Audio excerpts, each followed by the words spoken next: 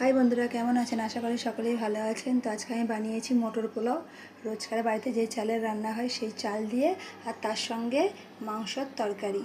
তো এটা খুবই সহজ পদ্ধতিতে এবং খুবই তাড়াতাড়ি হয়ে যায়। চলুন তার জন্য কী কী নিতে হবে দেখে নিই। গ্যাসে হাঁড়ি বসিয়ে দিয়েছি, হাঁড়ি গরম হয়ে গেছে। এবার দিয়ে দেবো 3 চামচের মতো রিফাইন্ড তেল আর 2 চামচ ঘি। একটা পেঁয়াজ সরু সরু করে কেটে নিতে হবে, দিয়ে দেবো। পেঁয়াজটা বেরেস্তা করা হয়ে গেছে, এটা এক সাইডে তুলে রেখে দেবো। এতে দিয়ে দেবো অল্প কিছু গোটা মশলা, যেমন এলাচ হাফ স্টার ফ্রুট, একটা বড় এলাচ, 2টো দালচিনি, অল্প গোল আর অল্প লং, হাফ চামচ গোটা জিরে, অল্প গাজর আর একদম অল্প ক্যাপসিকাম। হালকা ভাজা হয়ে গেছে, এবার দিয়ে দেবো মটরশুঁটিগুলো। অল্প মটরশুঁটি নিয়েছি এখানে, আপনারা আপনাদের হিসাবে নেবেন।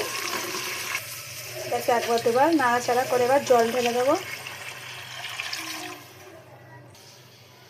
দিয়ে দেবো 1 চামচ লবণ। লবণটা আপনারা আপনাদের হিসাবে দেবেন। এবার চালটা দিয়ে দেবেন। এখানে যে রেগুলার যে চালটা রান্না করি সেই চালটাই নিয়েছি, আপনারা চাইলে এখানে বাসমতি চালটাও নিতে পারেন। আমি 500 চালের পোলাওটা করছি। আপনারা যতটা চালের পোলাও করবেন সেই মতো হিসাবে কিন্তু মশলাগুলো সব কিছু দেবেন। এবার পেঁয়াজের বেরেস্তাটা অল্প ছড়িয়ে দেবো ওপরে, আর অল্প বেরেস্তা রেখে দিয়েছি, এটা পরে দেবো। মানে ঢাকনা চাপা দিয়ে সিদ্ধ করার জন্য রেখে দেবো 15 মিনিটের জন্য। একদিকে মটর ভাতটা সিদ্ধ করার জন্য বসিয়ে দিয়েছি। এবার এই সাইডে একটা প্রেসার কুকার বসিয়ে দিয়েছি গ্যাসে, গরম হয়ে গেছে। এবার 3-4 চামচের মতো সর্ষের তেল দিয়ে দেবো। তেল গরম হয়ে গেছে, দিয়ে দেবো পেঁয়াজ। 2টো পেঁয়াজ আমি এখানে নিয়েছি। পেঁয়াজটা হালকা লাল করে ভেজে নিতে হবে। 2টো দালচিনি, অল্প জাবেত্রী আর 4টে এলাচ এভাবে ফাটিয়ে নিয়েছি, আর দিয়ে দেবো। মাংসটা দিয়ে দেবো। আমি এখানে 600 মতো মাংস নিয়েছি, আপনারা আপনাদের হিসাবে নেবেন। মাংসটা ভালো করে এভাবে পেঁয়াজের সঙ্গে মিক্স করে নিতে হবে। দিয়ে দেবো ছোটো চামচে 2 চামচ লবণ।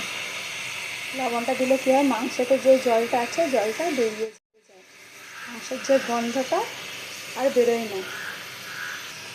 ভালো করে লবণের সঙ্গে মাংসটা 1 মিনিট কষিয়ে নিতে হবে। গ্যাসের ফ্লেমটা আস্তে করে দেবো। এবার ঢাকনা চাপা দিয়ে দেবো, এতে যা জলটা আছে বেরিয়ে যাবে। 7 মিনিট হয়ে গেছে। একবার ঢাকনাটা সরিয়ে এইভাবে ভাতটা নাড়াচাড়া করে নেব। ভাতটা আর একটু এখনও হবে।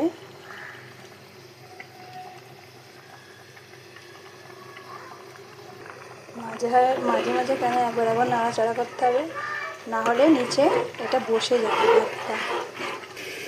অনেকটাই দেখুন জল বেরিয়েছে, আর গ্যাসের ফ্লেমটা আমি জোর করে দিয়েছি।